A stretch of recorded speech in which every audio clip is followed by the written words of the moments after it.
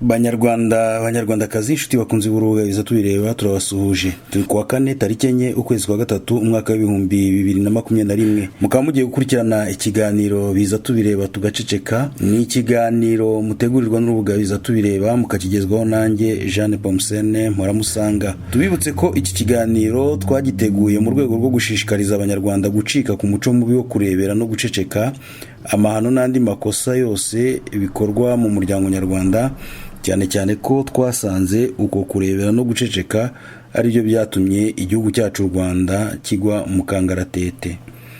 Inshuti muteze amatwi, mu kiganiro cy'uyu munsi tugiye kuganira ku kibazo gikomeye cyane cyo kubuza uburenganzira abantu, kubabuza uburenganzira bwo kuvuga ibyo batekereza cyangwa se kwerekana uruhande babogamiyemo mu gihe batabogamiye ku ishyaka riri ku butegetsi rya RPF. Ikiganiro cy'uyu munsi twagihaye inyito ngufi igira iti: ese umunyamakuru Etienne Gatanazi yaba agiye kunyuzwa mu nzira Niyomugabo Gerard yanyujijwemo? Ese yaba agiye gukurikizwa Kizito? Ibi ngibi impamvu tubyibaza nuko mu by'ukuri iyo urebye imikorere y'ishyaka riri ku butegetsi usanga mu by'ukuri ryarafashe umurongo yuko umuntu wese wo mu bwoko bw'abatutsi udafitiye urwango abahutu azajya yicwa rwose mu gihe gitoya. Ibi rero kubera ibirimo kuvugwa kuri uyu mugabo Etienne Gatanazi, tukaba dutanga inkuru za kirikare, kuko mu by'ukuri iyo urebye uburyo ibinyamakuru bya leta bibogamiye kuri leta, ikinyamakuru nk'Igihe ndetse n'ikinyamakuru Rushyashya ndetse n'abanyepolitike barimo nk'umugabo Olivier Nduhungirehe n'abandi nk'aba Tom Ndahiro, uburyo bamwibasira bigaragara neza ko bisa neza n'uburyo bibasiye umugabo bita Niyomugabo Gerard, uburyo bibasiye Kizito Mihigo, uburyo bagiye bibasira n'abandi bantu bose mu by'ukuri babaga bagaragaje ibyo batekereza, kabone n'ubwo byaba bitari bunyure abashyigikiye leta. Shuti muduteze amatwi, Etienne Gatanazi benshi muramuzi, ni umunyamakuru w'umwuga, dore ko iki kinyamakuru kiba cyandika ibintu nk'ibi ngibi, kiba cyanabitatse rwose kikamuvugaho ko ari umunyamakuru wari uzwiho nk'umunyamakuru w'umwuga, bakamuvugaho ibinyamakuru yakoreye, byaba ibinyamakuru byo mu Rwanda, byaba ibinyamakuru mpuzamahanga. Hanyuma rero bakaza gusoza bavuga nyine ko yashinze umurongo wa YouTube witwa Real Talk. Aho rero niho bahera bamwibasira, kubera ko muri Real Talk batangira bavuga bati Gatanazi kubera izina yari asanzwe afite akimara gushinga Real Talk yarakunzwe cyane, ariko ahanini si Real Talk yatumye akundwa, ahubwo yakunzwe kubera yuko yaraje avuga ku ngingo ubusanzwe zidakunzwe kuvugwaho mu Rwanda, ingingo zirebana n'ibya politike. Ahangaha rero hari icyo umuntu ahita yibaza, izo ngingo bavuga zidakunze kuvugwaho mu Rwanda, ibintu birebana na politike, kuki ubundi bitavugwaho? Icyo nicyo cyakagombye kwibazwa, kuki bitavugwaho? Kuki umunyamakuru wese arebaho agatinya? Kuki umunyamakuru wese ugerageje ahita asubira inyuma? Kubera iki izi ngingo zitavugwaho? No kubera yuko ishyaka riri ku butegetsi bw'u Rwanda, ishyaka riyoboye u Rwanda rya RPF, mu by'ukuri ryafashe politike rigira ibintu byaryo ku buryo nta wundi muntu ugomba gukoraho, kandi ugize icyo avuga kirebana na politike akaba agomba kurisingiza, akaba agomba kurisigiriza, akaba agomba kuritera imibavu. Ni ukuvuga rero ngo umuntu wese utiteguye kujya muri uwo murongo, icyaba cyiza kuri we ni uguceceka. Ni muri urwo rwego mwabonye amaradiyo na za televiziyo byo mu Rwanda ndetse na za chaîne za YouTube zadutse, inyinshi zigiriye mu bintu bigendanye n'imyidagaduro, imiziki, utuntu tw'udufilime tumeze nka komedi, abakobwa baza kwerekana imyenda bambaye, abasore berekana ibyo bambaye ukuntu bihenze, bimwe mbega basigaye bita ngo ni ugutwika. Ubundi abandi bakivugira ku bigendanye n'imikino gusa, ariko kuri politike ntugomba gukoraho. niba ukozeho ugomba gukoraho usingiza ishyaka riri ku butegetsi rya RPF Inkotanyi. Etienne Gatanazi rero nk'umunyamakuru wakoze mu binyamakuru bikomeye kandi mpuzamahanga, wari usanzwe amenyereye ibyo biganiro, ubwo yaramaze gufata icyemezo cyo gushinga Rio Talk umwaka ushize mu mwaka w'2020, ngira ngo ni mu kwa gatanu ahari niba ntibeshye, yahise n'ubundi akomerezaho wa murongo yajyaga akoresha mu binyamakuru bizwi bikomeye. Aravuga ati kuki tudashobora kwagura ibitekerezo by'abanyarwanda ngo tuganire kuri politike y'u Rwanda, abanyarwanda bakanguke bumve ko politike atari ubwiru bwa bamwe. Nibyo rero yatangiye, kandi mu by'ukuri abitangira neza kuko yabitangiye ntaho abogamiye. Uyu mugabo yagerageje kumva impande zose, aganiriza abanyepolitike bari muri politike y'u Rwanda nyine, cyane cyane n'abari mu ishyaka riri ku butegetsi, ariko ntiyanirengagiza n'abatavuga rumwe n'ubutegetsi. Ibyo rero byo kuganiriza abatavuga rumwe n'ubutegetsi ni bimwe mu bintu byatumye inkonde cyangwa se abamotsi ba FPR bahita bamwataka, batangira kumutunga urutoki, batangira kumutuka. Nta kindi bamuzizaga, nta n'abandi bantu benshi yari yavuganye nabo, ariko gusa ngo kubera yuko yakoranye ikiganiro na Madame Ingabire Victoire, ibyo byahise bituma batangira kumwibasira, batangira kuvuga ko ngo ashyigikiye ingengabitekerezo z'abaparmehutu, batangira kuvuga ko ari umuntu uha ijambo ngo abapfobya bakanahakana jenoside. Ariko Gatanazi nawe akavuga ati ariko abo bantu bapfobya bakanahakana jenoside, ejo bundi ko bari bafunze mwabafunguriye iki? Ese umuntu akanapfobya jenoside yicaye hanze akora iki niba muzi ko ibyo muvuga ari ukuri, ko mutabimushinje ngo mumujyane mu rukiko mu muburanye nibimufata bihanirwe? Gatanazi akavuga ati ese abamuhaye imbabazi hari umurongo bigeze bashyiraho bavuga yuko atemerewe kuganirizwa n'itangazamakuru? Hari aho se byanditse mu itegeko nshinga ry'u Rwanda? Gatanazi aravuga ati uko byagenda kose umunyarwanda wese uri ku butaka bw'u Rwanda, ndetse niyo yaba ari hanze, mu gihe yemera gutanga ibitekerezo bye nkabona ntacyo bisenya, ntacyo byica, bidahungabanya umutekano w'igihugu, numva ngomba kumuha ijambo. Ariko yaribasiwe cyane, yibasirwa n'ikipe iyobowe na wa mugabo ugira roho mbi cyane umwe bita Tom Ndahiro, ndetse n'ikipe ye baramwibasira, baramutuka. Ariko Gatanazi icyo yagerageje kubereka ni ukuba we mu by'ukuri ibyo akora agomba gucungana niba nta tegeko yishe. Nibyo buri gihe ababwira, aravuga ati mwantuka, mwantekerezaho ibiki, jewe ikintu ndeba ni ugucungana niba hari itegeko ringonga. Mu gihe nsanze rero ibyo nakoze nta tegeko ribibuza, nta mpamvu yo kunkanga. Gatanazi rero mu by'ukuri yavuzweho byinshi. Murabizi neza ko ari umuntu wavukiye mu gihugu cya Uganda, nkuko yabivuze. Yatashye afite imyaka 12, yiga mu Rwanda secondaire, nako primaire arayirangiza, yiga na secondaire arayirangiza, n'andi masomo yagiye akurikizaho.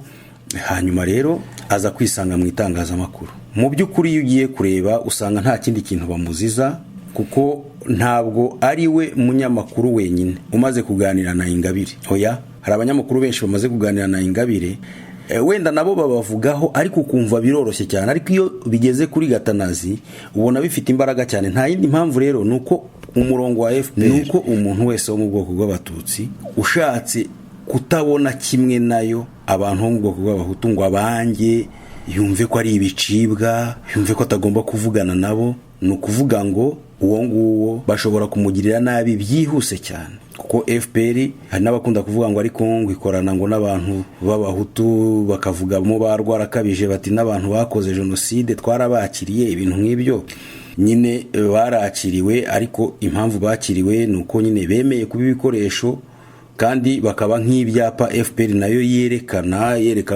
abanyamahanga nyine bavuga bati dore dufite ubutegetsi buhuza abanyarwanda bose.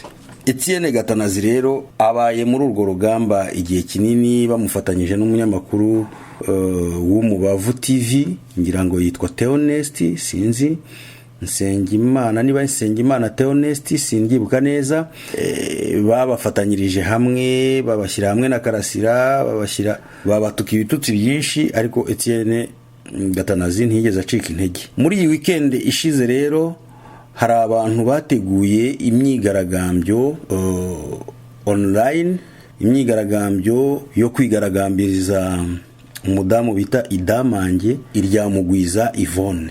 Ntago tumugarukaho cyane, ariko ni umudamu wagerageje kuvuga akarengane k'abanyarwanda, avuga ibibazo byinshi byugarije abanyarwanda, ndetse bimwe leta y'u Rwanda ikaba itaranabashije kubisobanura, kuko iyo yahise yirukankira ku bigendanye n'ibyo yavuze gusa ku nzibutso, ariko ibindi bibazo byose yari yavuze basa naho babinize ntibashaka kubivugaho. Abantu rero bamaze kubona akarengane Idamange akorewe, atawe muri yombi, afunzwe, akamburwa telefone, abana be bakamburwa telefone, nibwo bavuze bati reka dukore imyigaragambyo, hanyuma twigaragambye, twerekane ko ibyo ari byo byose tumuri inyuma, kabone niyo baba bamurenganya. Ubwo rero muri makeya Etienne Gatanazi nawe akaba yaritabiriye iyo myigaragambyo ahizamo. Ubu rero dukora kino kiganiro, Etienne Gatanazi amerewe nabi cyane n'itangazamakuru ryo mu Rwanda, amerewe nabi cyane kuri za Twitter z'abayobozi, nta kindi azira mu by'ukuri, ngo arazira amashyi yahawe ubwo yinjiraga muri icyo kiganiro. Urumva byari ngombwa ko bamuha amashyi, kuko ni umuntu utari usanzwe amenyeranye nabo mu biganiro bakora. Aje rero baramwakira, bamuha ikaze, ariko ubu ngubu ibibazo biramukomereye cyane, ku buryo dutekereza yuko uyu Gatanazi ashobora kugirirwa nk'ibyagiriwe Niyomugabo Gerard, nk'ibyagiriwe Kizito, nk'ibikorerwa abandi bantu bose b'abacikacumu cyangwa se bo mu bwoko bw'abatutsi bagaragaje yuko bashobora kwemera kuganira ku bibazo by'u Rwanda, baganira n'abandi bagenzi babo mu bwoko bw'abahutu. Etienne Gatanazi rero mu by'ukuri ibitutsi nyine arabitukwa, baravuga ko ngo ubundi yari umunyamakuru mwiza w'icyitegererezo, ariko bakavuga yuko ngo ari umuntu utinya inzara cyane, bakagira bati yakoreraga amafaranga menshi akora mu binyamakuru bikomeye, batariko hari ikinyamakuru kimwe gikomeye yakoreraga cyafunze, bityo arebye abona nyine udufaranga turagabanutse, ku buryo yahisemo kujya gukorana n'abantu bari mu mahanga kugira ngo bajye bamwoherereza amafaranga. Ariko mu by'ukuri ibigesi navuga ngo nibyo sinabyo, ndetse niko mbitekereza, kuko Gatanazi siwe muntu uri mu Rwanda bwa mbere uvuganye n'abantu bo hanze batavuga rumwe na leta. Ngira ngo murabyibuka mu minsi yashize umugabo w'umusenateri Tito Rutaremara, umwe mu bantu bakomeye ba RPF, yagiranye ikiganiro na Padiri Nahimana Thomas, ikiganiro cy'iminota 7. Mutekereza ko iminota 7 ari mikeya se? Ni myinshi. Ko batigeze bamuvugaho amagambo nk'aya ngaya ngo bamwatake, bavuge ko abitewe n'inzara, bavuge ko yandujwe ingengabitekerezo, bavuge ko asigaye arwanya leta. Ni ukubera ko Gatanazi watari umusenateri. Hari undi mukecuru nawe, wa mukecuru utagira ikinyabupfura, umwe ukunda gutukana, umwe bita Ingabire Marie Immaculée, uherutse gutuka Idamange ibitutsi by'urukozasoni. Uyu nguyu nawe ahora ku maradiyo hanze avugana n'abantu kuri za chaîne za YouTube, ariko nta uramutuka. Gatanazi se arazira iki? Ikigaragara urebye abantu bamwibasiye nta kindi bamuziza, baramuziza ko atabona ibintu kimwe nabo, kubera yuko Tito Rutaremara ni umwe mu basaza bagira urwango rwinshi cyane, akomora mu buzima yabayemo bw'ubuhunzi, yishyizemo abantu bose. Niyo yemeye kugira radio yo hanze avugana nayo, cyangwa nka kuri yaravuganye na Thomas, abayumva bagomba kwemera ibyo wavuga. Uriya mukecuru Marie Immaculée nuko nguko. Gatanazi rero icyo bamuziza nuko uyemera deba, buri muntu wese akavuga gahinda ke, noneho bakaba bashaka ikibazo cyangwa igisubizo babishakiye hamwe. Ibyo rero muri RPF ntibyemerwa, hemerwa ko ibyo batekereza ari byo n'abandi bose bagomba kwemera, baba bari mu gihugu baba bari hanze. Ibyo rero nibyo baziza Gatanazi. Mu by'ukuri ubona yuko ashobora kugirirwa nabi isaha iyo yose, ashobora kugirirwa nabi isaha iyo yose, kuko urebye za Twitter zimwandikwaho, ukareba ibinyamakuru nk'iki cy'igihe na za Rushyashya, ukareba abantu bari mu nzego z'ubutegetsi, uburyo bamwikomye, urabona yuko ari ikibazo gikomeye. Nyine wavuga ngo mbere ngo shene ya YouTube ngo ntiyarebwaga, ngo ariko ngo hahagarikiwe kuri ako kazi, ngo yahisemo kuyishyiramo imbaraga kugira ngo arebe ko yajya yikuramo udufaranga. Ndetse bakanavuga ko ngo hari umuntu umwe ngo mubazi Etienne Gatanazi, ngo ushobora kuba ari mu gihugu cy'Ubuholandi, ngo wabandikiye ababwira yuko ngo bano bantu abo ngabo nyine ngo bakoranye na Gatanazi imyigaragambyo, ngo baba hari ukuntu bajya bamwoherereza udufaranga, ngo noneho nawe ngo akaba ngo byari ngombwa ko abereka ko aba ari kumwe nabo.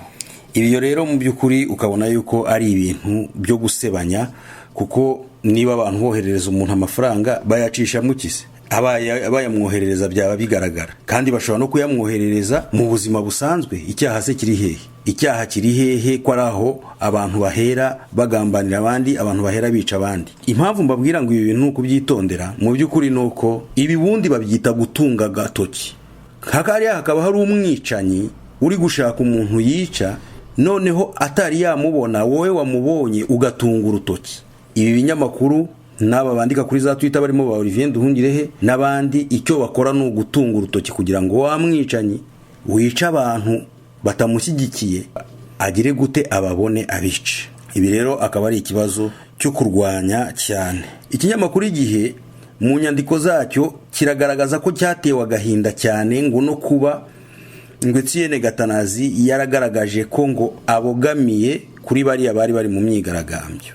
Ndetse kikagira kiti ubundi umunyamakuru bakavuga bati hari kuntu wakeka wenda ko umunyamakuru yagiyeyo agiye gutara amakuru, batari ko kuba yarakiriwe agahabwa amashyi bidasanzwe bitandukanye n'ibyakorewe abandi, kuba kandi yahawe ijambo akagaragaza uruhande abogamiyemo, bati iki ni ikimenyetso cyerekana yuko rwose yifatanyije n'abanzi b'u Rwanda. Bakavuga rero bati ubundi umuntu w'umunyamakuru ntiyakagombye kugira ahantu abogamira, yakagombye guhagarara hagati. Ibi rero noneho ni ibintu bisekeje cyane kuwita wibaza utese ubu ikinyamakuru Igihe kigiriye inama Gatanazi kimubwira yuko atakagombye kugira habogamira, ubu ntaho giha kibogamiye. Ubu aba banyamakuru bano bandika izi nkuru z'Igihe bari mu uyu Musangwa Arthur wiyemeje kuzajya yandika inkuru zikwiza urwangano n'amacakubiri, ubu ntaho abogamiye mu by'ukuri. Ubu se Jean Lambert Gatare muri Rushyashya ntaho abogamiye? Niba bavuga ko umunyamakuru ntaho agomba kubogamira, ntaho babogamiye. Barashyigikira leta mu makosa, barataka abantu bagaragaje ukuri, bakabahindura abanzi b'igihugu. Kuba gusa umuntu atavuze ibigendanye n'iby'ishyaka riri ku butegetsi ryifuza, bakamwandagaza bakamwandarika, ariko barangiza bakavuga ngo umunyamakuru ngo ntaho agomba kuba abogamiye. Ibi rero ni ikibazo gikomeye, ariko nyine navuga ngo abantu bashinzwe kuvuganira uburenganzira bw'ikiremwa muntu bakwiriye kujya bakurikirana ibibazo hakiri kare cyane, amazi itari yarenga inkombe, kubera yuko ni ibintu bimaze kumenyererwa ko iyo aba bantu batangiye kwitoratoza bataka umuntu muri buno buryo baba bari hafi kumugirira nabi. Hakaba rero hariho impungenge ko Etienne Gatanazi ashobora kugirirwa nabi cyane, kandi nta kindi azira icyo Kizito yazize. Nta kindi yabazira icyo Kizito yazize. Kizito yazize iki?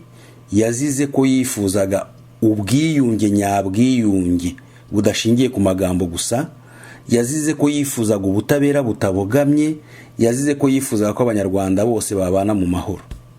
Icyo nicyo Kizito yazize, icyo nicyo niyo Mugabo Gerard yazize, icyo nicyo kirimo gutuma Gatanazi bamwataka muri ubu buryo, icyo nicyo gitumye Madame Idamange Iryamugwiza afunzwe. Ibi rero akaba ari ibintu bikwiriye gukurikiranwa hakiri kare, ababyamagana bakabyamagana hakiri kare, ababyereka inzego z'ubutabera, itangazamakuru mpuzamahanga, imiryango iharanira uburenganzira bw'ikiremwa muntu, byose bigakorwa kare, kuko mu by'ukuri biba bigaragara ko harimo gucurwa umugambi utariho udakwiriye. Basoza rero inkuru yabo bavuga bati Gatanazi siwe wa mbere ugiye gushakira indonke muri YouTube no mu banzi b'igihugu, ahubwo bakavugamo n'umunyamakuru Cyuma Hassan Dieudonné. Banyarwandakazi mwese ngira ngo nkuko mwabyumvise, ejo bundi mu rubanza rwa Cyuma Hassan Dieudonné ubushinjacyaha bwamusabiye ko ngo urukiko rwazamuhanisha igifungo cy'imyaka 8. Inshuti muduteze amatwi, Cyuma Hassan Dieudonné nta kindi cyaha yakoze. Ibyo bavuze bamurega nuko yishe amabwiriza yo kuguma mu rugo agendanye no kwirinda corona. Bakavuga bati yavuye mu rugo bitemewe kandi inzego z'umutekano zimuhagaritse, ntiyahita yemera abanza gushwana nabo. Si we wenyine rero, hari abandi banyamakuru 6 bose bari bafatanywe nawe, barimo abanyamakuru ba Afrimax TV, barimo ndetse n'Umubavu TV. Abo bose bararekuwe. Ubu ni iki Cyuma Hassan Dieudonné yakoze gituma ubushinjacyaha bumusabira imyaka 8 y'igifungo? Ni igiki Cyuma Hassan Dieudonné yakoze gituma asabirwa igifungo cy'imyaka 8? Banyarwanda, banyarwandakazi, Cyuma Hassan Dieudonné ntazira na gatoya ibigendanye no kwica amabwiriza yo kwirinda corona. Mu gihe leta yari imaze kwica Kizito Mihigo, imuteraguye ibyuma, imuvanyemo amaso, Cyuma Hassan Dieudonné niwe munyamakuru wenyine wahagaze ku maguru abiri aravuga ati ntabwo tugomba guceceka abantu barimo bica abantu barangiza bakabeshya ko biyahuye. Nyuma yuko yaramaze kubona ibikomere ku mubiri wa Kizito, mu matama no ku maso, aravuga ati abantu bavuze ko umuntu yiyahuje ishuka. Iyo shuka se yari ikoze mu byuma, ishuka itemana. Cyuma rero aravuga ati cyo kora nge nabonye ko Kizito Mihigo yari afite ibikomere mu matama yombi. Ibyo akareba ari kimwe mu byahishuriye abantu ko Kizito yishwe, kuko leta yari yabeshye ko yiyahuye, nubwo bitari kwemerwa n'ubundi kubera yuko aho bavugaga yiyahuriye ntago byari gushoboka. Izo nzu ko zubatswe zirazwi, ni nayo mpamvu leta yanze ko hagira abantu ku giti cyabo babikoraho iperereza. Nukubera yuko uko zubatse, amadirishya yazo aho ateye, nta hantu na hamwe Kizito Mihigo yashoboraga kubona aho azirika umugozi cyangwa se iyo shuka bavuga yiyahuje. Ikindi ni yahabona ibyo byuma bari bamuteye mu matama, yari kubikura hehe ngo bavuge ko ari we wabyiteye? Kuba rero Cyuma Hassan Dieudonné yaravuze ibi bintu nta kindi, ntimugire ngo hari ikindi barimo kumuziza. Kandi reka mbabwize ukuri bantu mutazi RPF, nge nagira ngo mbabwire ko Cyuma Hassan Dieudonné ntago tuzi umucamanza urubanza azaca. Ashobora guca imyaka 8 nk'iy'ubushinjacyaha bwamusabiye, ashobora kumusabira imyaka 2 cyangwa 1. Ariko icyo mbabwiye nuko Cyuma Hassan Dieudonné giye uzi neza imikorere ya RPF. Cyuma Hassan Dieudonné bizarangira yishwe, keretse ububasha bw'Imana bwonyine bushobora kumucira icyanzu akakinyuramo agasimbuka urwo rupfu.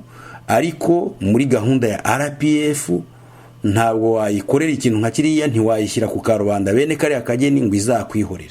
Byanze bikunze Cyuma Hassan barashaka kumuha igifungo kugira ngo bazahindukire bamwicire muri gereza, bavuge ko yazize uburwayi cyangwa yazize corona cyangwa yazize iki kindi. Ibi rero ni ibintu bigomba gukurikiranwa hakiri kare, abantu bagakomeza kugaragaza urugomo rukorwa n'aka gatsiko gakomeje guhotora abanyarwanda. Inshuti mwari muduteze amatwi, dusoje ikiganiro cyacu cy'uyu munsi tubasaba ngo mukomeze mutwandikire, muduhe ibitekerezo byanyu kuri mail yacu mporanepo@gmail.com, mukore commentaire kuri chaîne yacu ya YouTube. Hanyuma kandi tubasabe mukomeze musangize bagenzi banyu ibiganiro tubagezaho, ari nako kandi mukora subscribe cyangwa se s'abone nkuko bivugwa mu ndimi z'amahanga, kugira ngo turusheho gukomeza kwagura umuryango nyarwanda ushyira mu gaciro. Murakoze, mugire umunsi mwiza.